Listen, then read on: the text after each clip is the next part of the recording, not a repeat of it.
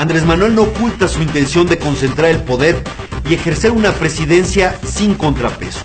Promete el renacer esplendoroso de la patria sin más garantía que su propia voluntad.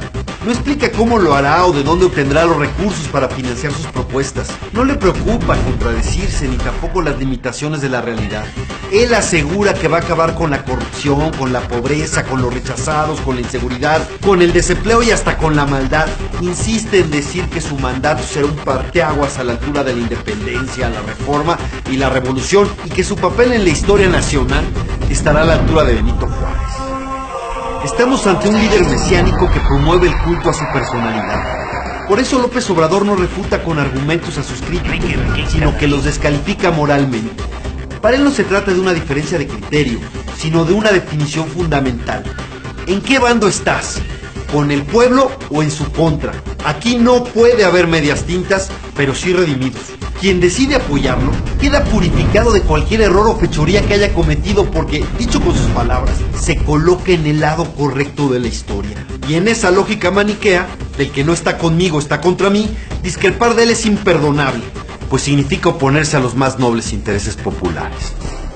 En síntesis, Andrés Manuel identifica su suerte personal con la del destino del país y sostiene que hasta la felicidad del pueblo depende de su victoria. Él será fiel en todo momento a su narrativa y si las cosas no salen como promete y no puede cumplir las expectativas que él mismo ha generado, responsabilizará a los otros. Si hoy culpa a la mafia del poder de la desgracia nacional, siendo presidente será a los oligarcas que se confabulan con fuerzas oscuras para recuperar sus privilegios. Siempre necesitará de un enemigo poderoso y perverso con el que luchar para reclamar unidad en torno suyo y presentar incluso sus fracasos como parte de una lucha épica contra el mal. En esas condiciones, los contrapesos siempre estarán amenazados y por lo mismo, muy probablemente dejen de ser efectivos. ¿Quién va a preferir ser acusado de traidor por no acompañar al presidente en su misión histórica? ¿Quién va a aceptar ser señalado como enemigo del pueblo por pensar distinto y sostener sus ideas? ¿Qué institución va a resistir la presión? Si algo ha demostrado en estos años López Obrador es que no tolera la crítica y solo admite incondicionalidad. Sus seguidores, que suelen acosar a quienes discrepan, desde el poder serán más peligrosos, sobre todo si se exacerba la polarización desde la presidencia. Sus anhelos de inmortalizarse en la historia lo llevarán a gobernar con su gente en las calles movilizada para enfrentar las supuestas amenazas al paraíso prometido. Los más de 2 millones de jóvenes desocupados que Andrés Manuel piensa contratar serán los brigadistas del presidente, encargados de comunicar las acciones de su gobierno y hostilizar a los opositores. Cuando no tuvo la mayoría en la Asamblea Legislativa del DF, Andrés gobernó a punta de bandos. Las consultas directas que propone serán usadas para amagar y doblar al Congreso con o sin base legal para realizarlo. En la ecuación solo cabe el pueblo y el líder que lo interpreta, defiende y representa.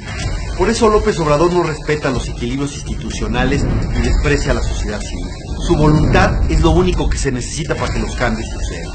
Es volver al país de un solo hombre, al monarca sexenal que, aunque ahora lo niegue, tendría la tentación de consultar no solo si se va antes de que acabe su mandato, sino también si se queda después de su término.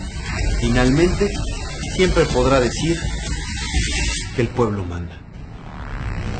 Por fortuna, todo eso no ha ocurrido y aún lo podemos evitar. Dependerá del voto de los mexicanos el próximo 1 de julio y hay otra opción de cambio en la boleta. Los ciudadanos tenemos la última palabra. No lo olvides.